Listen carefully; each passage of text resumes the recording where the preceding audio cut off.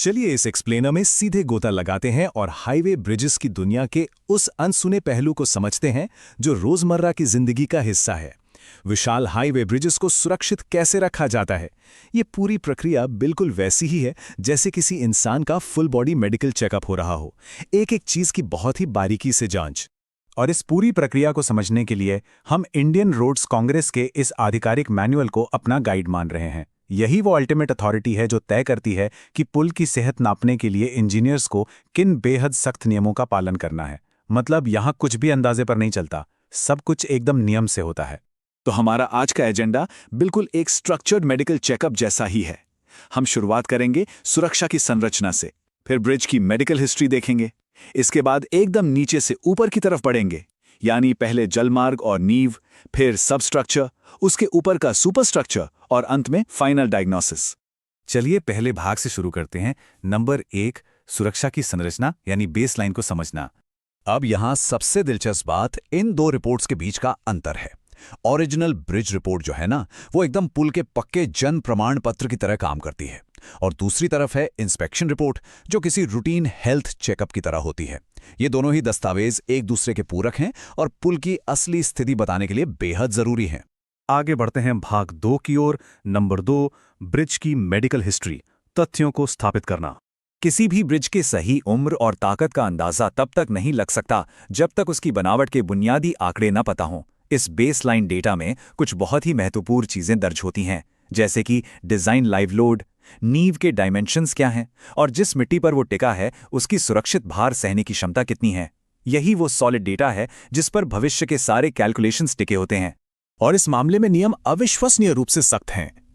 अगर किसी पुराने पुल की मेडिकल हिस्ट्री यानी पुराना डेटा मौजूद नहीं है, तो मैनुअल साफ कहता है कि इस डेटा को दोबारा जुटाने के लिए एक पूरी की पूरी जांच करना कानूनी रूप से अनिवार्य है। कोई दुक्का नहीं चलेगा, काम सिर्फ और सिर्फ पक्के तथ्यों से होगा। अब आते हैं भाग 3 पर और असल चेकअप शुरू करते हैं एकदम नीचे से। नंबर 3, बॉटम अप, जलमार्ग और नींव।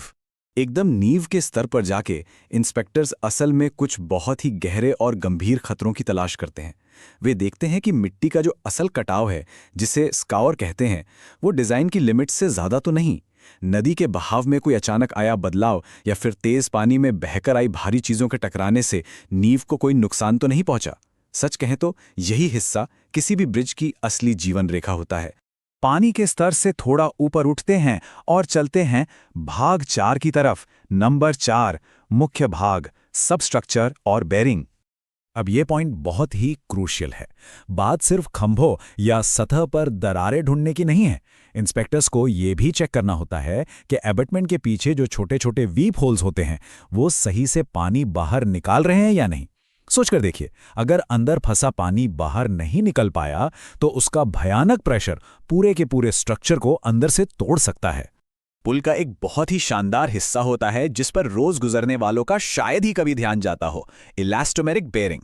ये खास तरह के रबर पैड्स होते हैं जो पुल को थोड़ा बहुत हिलने डुलने और मुड़ने की आज़ादी देते हैं। इनकी जांच एकदम माइक्रोस्कोपिक लेवल पर होती है ताकि जरा सा भी सिकुड़ना, फूलना या चपटापन पकड़ा जा सके। ये छोटी सी खराबी आगे चलकर एक बहुत बड़ा खतरा बन सकती है। और यही चीज दिखाती है कि इंस्पेक्शन में बड़े ढांचे से लेकर छोटी छोटी बारीकियों पर कितना भारी फोकस होता है। मेटालिक बेरिंग की जांच के वक्त इंस्पेक्टर्स को खुद जाकर यह देखना होता है कि कहीं रोलर्स अपनी जगह से खिसक तो नहीं गए, एंकर बोल्ट्स कितने कसे हुए हैं, और तो और वहां लगे ग्रीस या तेल की एकदम ताजा कंडीशन क्या है। चलिए इस सफर को और ऊपर ले चलते हैं। भाग 5 में नंबर 5, ऊपरी हिस्सा, सुपरस्ट्रक्चर और डेक, यानी वो जगह जहां से रोज गाड़ियां गुजरती हैं।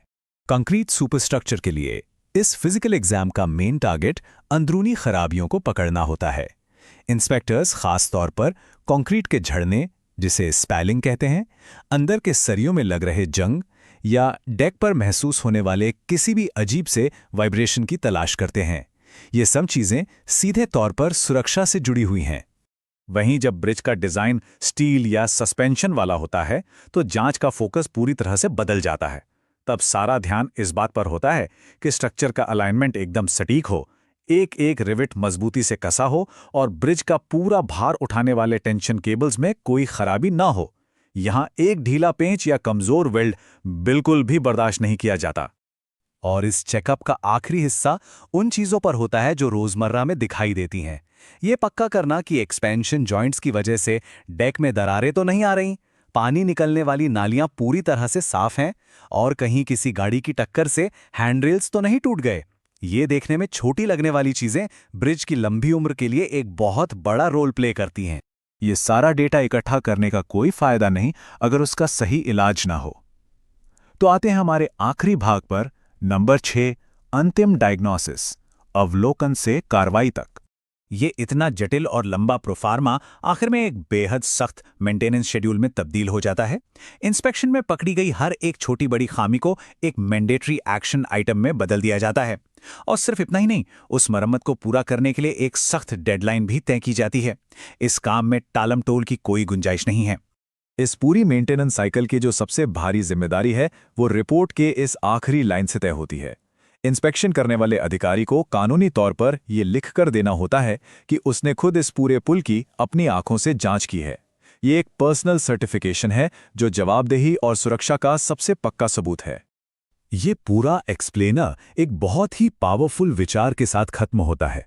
जब इन विशाल स्ट्रक्चर्स को सुरक्षित और खड़ा रखने के लिए इतने बारीक और इतने जटिल मेडिकल केयर की जरूरत होती है, तो क्या कभी सोचा है कि आज हमारे आसपास के लोकल इंफ्रास्ट्रक्चर की इस तरह से जांच कौन कर रहा है?